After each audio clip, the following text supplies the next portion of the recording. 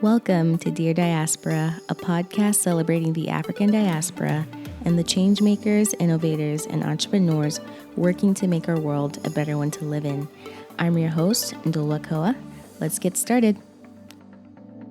So before I introduce the next guest, don't forget to leave a review, subscribe, and rate on Apple Podcasts. It makes a huge difference, and one key way that it does that is people are more likely to check out an episode or two if they see that there are ratings and if they see that people are actually listening to the content and enjoying the content. And one way to show that you enjoy the content is by leaving a review. So for everyone that's left a review, thank you so much. I really appreciate it. And if you are listening on any other podcast listening platform, please make sure you follow the podcast so you're notified each Sunday when new episodes come out.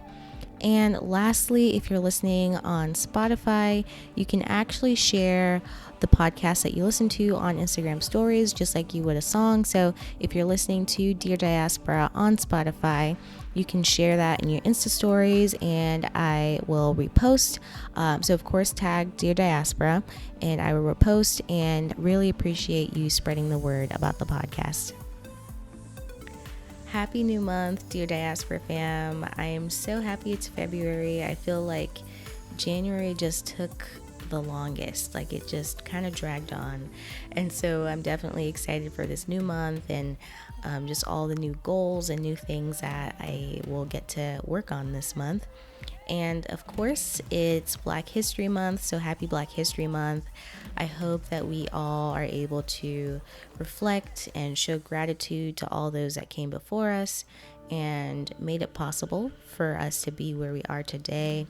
And of course, history is being made as we speak, so it's also really important to acknowledge those who are presently working to make our world a better one to live in. So shout out to all the advocates out there, all the entrepreneurs, all the change makers, all the politicians, the musicians, the creatives. You are all doing your part to make this life just better, and it's a really beautiful thing to witness. And with that said, I am super excited to introduce my next guest. She is a creative, an innovator, and an entrepreneur working to amplify the voices of millennials. Ashley Akunna is the host and creator of The Grapevine, a YouTube series providing a fresh take on the panel-style discussion.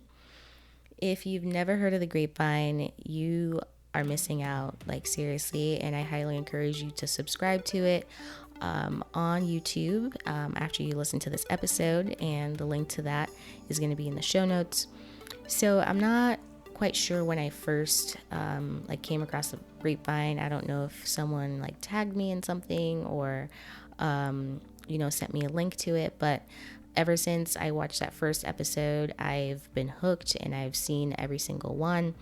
If you want to hear super interesting, super informed perspectives on topics like religion, climate change, spirituality, sex, from a set of diverse millennials, you should definitely check out The Grapevine.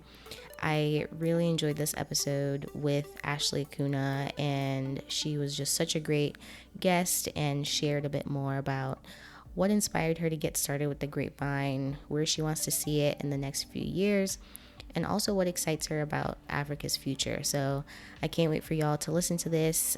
Without further ado, here is my conversation with Ashley Akunna. Ashley, thank you so much for being a guest on Dear Diaspora. I'm so excited to have you. Of course. Thank you so much for having me. I appreciate it. Yes, for sure. I'm such a big fan of The Grapevine. I think I've watched every single episode. So, thank you so much. Thank you. I really appreciate that. Awesome. So let's get started by just getting to know you a little bit more. So where are you originally from, and where did you grow up? Okay, cool. Yes, I was born in San Antonio, Texas. I grew up in Maplewood, New Jersey, and my parents are from Nigeria. Oh, wow. And what was it like growing up in San Antonio and New Jersey? So I was only born in San Antonio, and I grew up in Maplewood, New Jersey, and it was a great experience. Grew up in a very diverse town, economically diverse as well as racially diverse. So I grew up growing to a lot of like bar mitzvahs, bat mitzvahs, quinceañeras, debutante balls. Um, Lauren Hill is from my town. Grew up with SZA and Rotimi from Power. Wow, So it was a great upbringing. that is so cool. Yeah. Oh my gosh. And so why New Jersey? Like, did your parents just want to like move east or? There was just more economic opportunity. My father, he majored in finance, so he couldn't really find a job in Texas, and he was hearing there were more opportunities on the East Coast, so he came to New Jersey. We came to New Jersey. Very cool. So, could you share a bit more about your Nigerian American experience? Yeah, so I was born in the States, but I've spent a lot of time in Nigeria. I lived in Nigeria for a year when I was in fifth grade. I lived with my mother's side of the family, her older sister and her husband and kids. Go to Nigeria very often. Have been to all parts of Nigeria, the East, Lagos, Abuja. Um, yeah, so I'm very familiar with what I like to call that lawless country. Oh my goodness. Wow. Yeah. Yeah, I've never been to Nigeria, but it's definitely on my list of places I'd like to visit someday. Yeah, Um, it's a great place. It's definitely a great place to visit. and so, what would you say inspired you to get started with the Grapevine? Like, is it because you wanted to hear more from like African millennials specifically, or just Black millennials in general? Like, what was that thing that inspired you to get started? Um, so originally it was actually supposed to be for like all millennials, funny enough. But like, when we started, nobody really knew who we were. So I focused on Black millennials, like my friends of friends. So it was definitely meant to be the voice of our generation that wasn't really being heard on mainstream media outlets, because at the time, like when you think back to like 2010, 2011, the rhetoric around millennials was that we were like lazy and that we were spoiled and that we expected so much. And like I looked around at me and my friends, and a lot of us were like working super hard. We were like in college and like had jobs. So what was being said about us, articles that were written about us and who we actually were like two different things. So I was like, no, I want to start this show. So yeah, that's kind of how I came up with the idea. So cool. And so, how did you go about recruiting that first panel?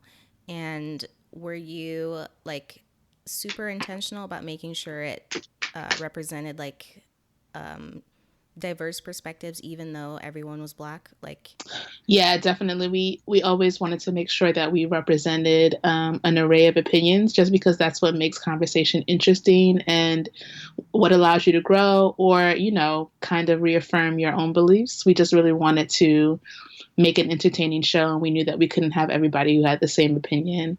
So for me, when we started the show again, we didn't have the audience we have now. So I definitely had to rely on like word of mouth and like friends and like friends of friends. So I did my best with my resources, but I was still able to make an interesting show despite not having an audience in the beginning. wow. And so, would you say that's how your audience grew? Like, mainly through just people telling Yeah, their friends about it? it definitely grew via word of mouth. Because we had no money for marketing, so it definitely grew from like guerrilla style, like marketing, friends telling friends, people going down the YouTube rabbit hole Mm. and just finding our videos. So it definitely was just like a beautiful, unexpected blessing. Wow, that's so cool. And I don't even remember how I first came across one of your videos, but as soon as I like clicked on one, I just couldn't stop Oh, watching wow, the rest of them. thank you. Yeah, that's Glad you found us. yes, I'm so glad I found you guys. Like I really appreciate just all the different perspectives and all the topics that you guys touch on. Right. And so, how do you go about picking topics? And like, have you ever been like really nervous about certain ones? We definitely, like, my producers and I, we have a group chat where we kind of like throw ideas um into the group chat, like, should we talk about this, should we talk about that? And it really just comes from a place of like curiosity and having an interest in how people think, that we kind of throw topics like, what do you think about this? And I think, just kind of having an understanding of the human mind, we're able to kind of like figure out what people would find interesting, because we tend to place ourselves in their shoes. So I think, having my two producers to bounce ideas off of is very helpful. And is there a topic that I've ever been nervous about? I don't think so. I don't think, no, because we're very like, I think we all have an attitude of boldness. So we're just like, listen, this is what we're talking about, and this is what it's going to be. Like, just like throwing caution to the wind. So I don't think there's ever anything I've been nervous about. I think it's more so like I've been surprised that certain conversations have gone a certain way. I think that's more so, where I stand on that. Oh, wow. And how do you like navigate like when people are a little too controversial? Because I know there've been some people that like haven't come back. So like Mm-hmm. how do you deal with Yeah. that? So yeah, we just don't invite them back. So if someone is like rude or nasty or just, unnecessarily combative, or we just don't invite them back. And it's no, it's nothing against them. It's nothing. We wish everybody the best, but we definitely don't want to create an environment where people are like jumping out the window with like a nasty rhetoric. Mm, We leave room for difference of opinion, but we also want to make sure that people feel actually safe on set. for sure. And that we're not putting unnecessary negativity into the ethos. Wow. Yeah, I mean that's super important for Right. sure. And so could you walk us through like because I know you guys put a lot of work into those episodes. So like could you kind of share, I guess, some of the behind the scenes work that goes into producing an episode? Yeah, definitely. I have definitely learned over the years that a lot of people think that we just like call people the day of and like ask our friends to shoot, and it's just like some simple process, but it's really not. It's an all day shoot from like 8 a.m. to 6 p.m. We shoot like 5 episodes a day. Whoa. It costs thousands of dollars, and it's a real production, and it's we take it really serious. And so, I usually wake up around 6 a.m., get dressed, and head to the city. I live in New Jersey, so then I sit in the makeup chair, go over my notes. People start to trickle in. At this point, we're a very well-oiled machine where we do have, production assistants, and we have producers, on-set producers, and like a camera crew that knows what to do. So we're a very well-oiled machine at this point, which is, amazing, because at one point we just weren't. There's a lot of people doing, Donovan would produce and then be on a panel, and it's just like it's a lot, to switch your brain from creating structure to thinking about, really important topics. So Mm. yeah, it's long days, and but it's very rewarding. And then usually after we shoot, we have like dinner with like panelists, and it's never anything that's like planned. It's just like everyone's like, oh, like let's do something. Like, the momentum is high and everybody's feeling good. So we just go out to eat. And Jimmy, who's on the show, who's the Republican, the Haitian Republican, Yeah. he's actually a really sweet guy, and he's always like paying for dinner and paying for drinks and just being an amazing like Oh, wow. team member. So yeah. That's super cool. Yeah, Yeah, thanks for sharing all those details. of Uh, course. and so, why would you say like YouTube was the right medium for you guys versus like making this like a live thing or like a podcast? Well, podcasts weren't popular when I came up with the idea. So, we and also my medium is film. I went to film school, so I always wanted to stick into my realm. That's where I have my resources. That's where I know people who can like help us shoot, um, you know, at a fraction of the cost. And yeah, I just think it was I just always saw it as a visual platform. And we're actually going to start doing live events this year. So after much, consideration and a lot of the audience telling us that they want to see us live, we're actually going to go on tour this year. That's so cool. Yeah, I think I saw you guys post about that. That's awesome. Right. Yeah. Very cool. And so beyond like live events, like what do you see the Grapevine becoming like in the next, let's say, 5 years or so? Yeah, definitely. The Grapevine will be on TV. It'll be a late night show. Ooh, And I don't want to give too much away, but yeah, the goal is for television and to get the show on TV to a wider audience so that we keep the conversation going. And, after Millennials is Gen Z, and after Gen Z, it'll be another, group of young people who have something to say who aren't really being represented in mainstream media. So the show has great wings and great possibility, and we plan on seeing that through. that's so awesome. And like what networks do you see yourself being on? Like BT or MTV or Well, I can't really get into that. Oh, sorry. No, I'm it's okay. asking all the questions.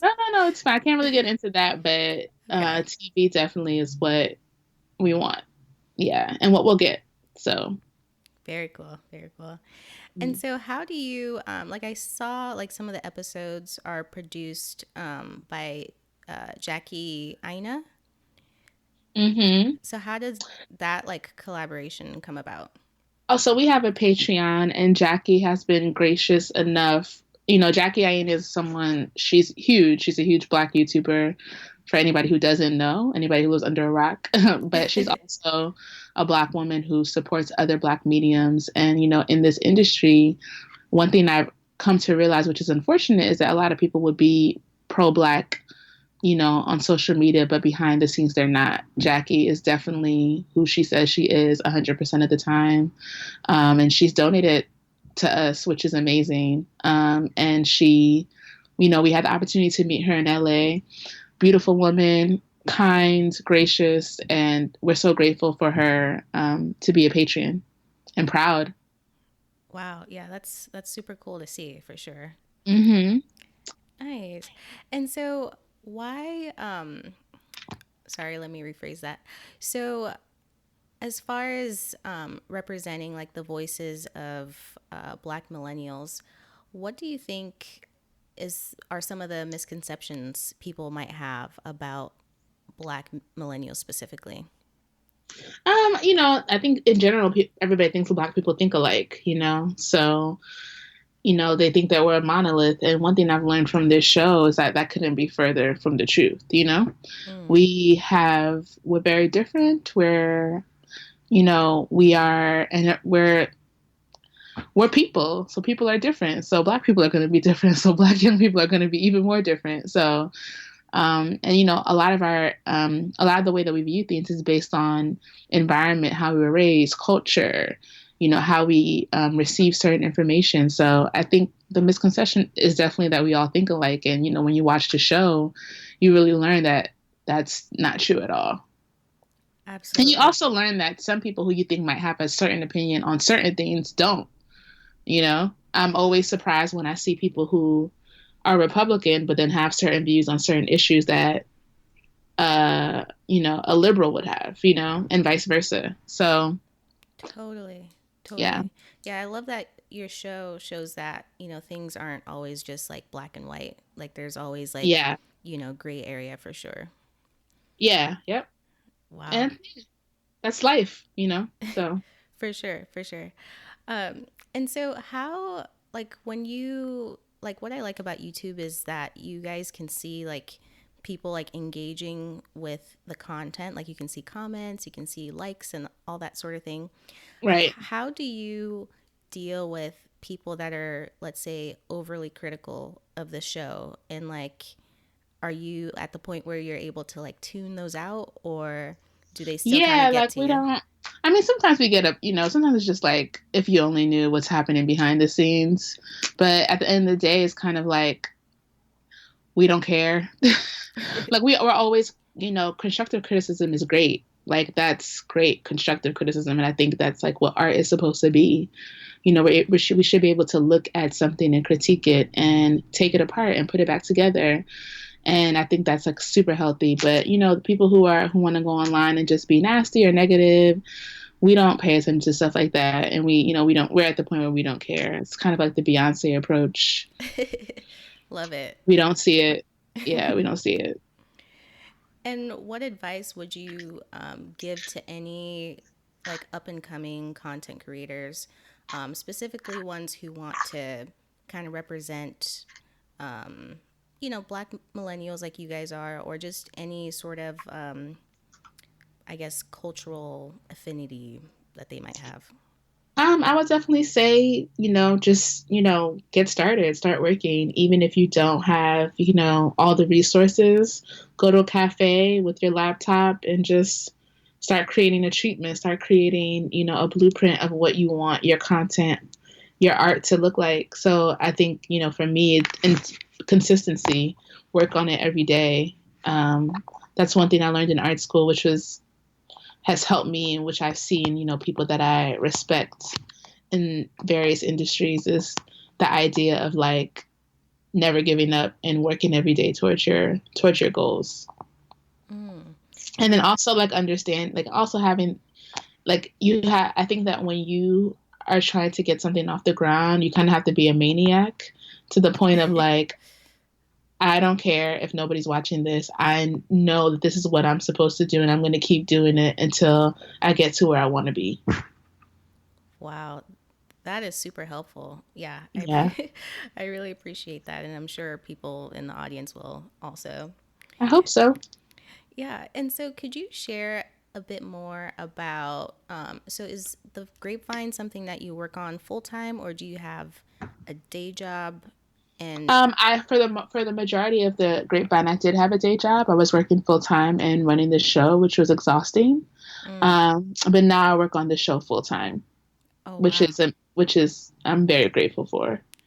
that's really cool. And Yeah, how long were you producing the show? Like I guess part time while balancing like a 9 to 5. from 2014 to 2018. Okay. Yeah. Oh wow. And how did you like? I guess like how did you remain like I guess patient, or how did you make sure that you didn't get frustrated like oh my gosh I'm never going to get to a point where I'm working on this full time, like what kept you kind of going? I mean, I think it's definitely natural to get frustrated, and that's definitely going to happen. But with my situations, I had people who spoke life into me in my personal life. My sisters, people like Donovan, who really motivated me to keep going when, you know, shit isn't working. Mm, So there are a lot of like, people don't understand that this is rough. This is very rough. You sacrifice a lot. I've sacrificed thousands of dollars. I've sacrificed, you know, relationships. I've sacrificed a lot. And so a lot of people don't know that side of what it means to put everything into something. So, you're going to be frustrated. There's no way around that, but hopefully you have people in your life who want to see you succeed and who speak life into you. mm. Yeah, thank you for that. No problem. And was there any moment where you had to like really pivot and change just how you did things with the Grapevine? And like how hard was it for you to like accept the fact that you had to kind of shift? No, no, there was no point where I had to. There was no point where I had to change things. Um, I think for me, it was just consistently putting out content that really, got us to a place where with more, so that we had more visibility. We were just super consistent, but there was never a point where I had to change anything. Okay. Well, that's Yeah, always a good thing. yeah, definitely. And what would you say has been one of the biggest lessons you've learned as like an entrepreneur or a creative, or yeah, like what's something that you've learned that you're gonna kind of use in the future to help you? Definitely the fact that not everybody's gonna like you, and that's okay. Whew. That is quite all right, and it actually has nothing to do with you. How other people view you or see you has nothing to do with you.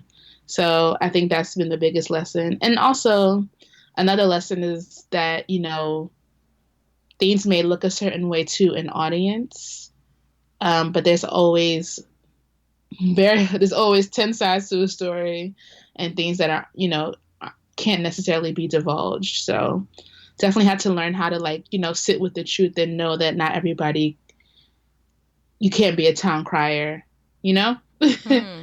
You kind of just have to be okay with not everybody knowing the details of something. Oh, wow. Yeah, that's super interesting because I feel like I'm sure a lot of people experience that where they feel like they have to over explain themselves. Yeah, yeah, or a situation, and at the end of the day, it doesn't matter. You just put your head down and focus on the work. Mm, absolutely. Yeah. And so, just a couple more questions for you. What would you say excites you about Africa's future? And do you see the Grapevine ever like doing more work on the continent? I think for me, it's the idea of people coming back to the diaspora and working with people on the ground to change things, whether that's industry, whether that's government. I'm interested in that collaboration, which you really do see when you go back to Nigeria and Ghana now. And definitely, I think that the Grapevine will definitely have a big part to play in all of those things. So I'm excited for that collaboration as well. Very cool. Yeah, I can't wait to see that as well. Yeah, So it's thank you. awesome. Well, Ashley, thank you so much for spending some time chatting with me about the Grapevine. I really enjoyed this conversation. Thank you so much for having me, and I'm glad that you are providing a platform to discuss these things. Good luck with everything. Thank you so much. I appreciate that. I really enjoyed that chat with Ashley, and I hope you did as well. Don't forget to subscribe to The Grapevine on YouTube, and the link to that is in the show notes. And if you enjoyed the interview, don't forget to share it with a friend and spread the word about the Dear Diaspora podcast. Thanks for listening to Dear Diaspora. If you like what you hear, subscribe, rate, and review us on iTunes. You can find us on Instagram at Dear Diaspora or visit our website at deardiasporashow.com. Thank you, and talk to you next week.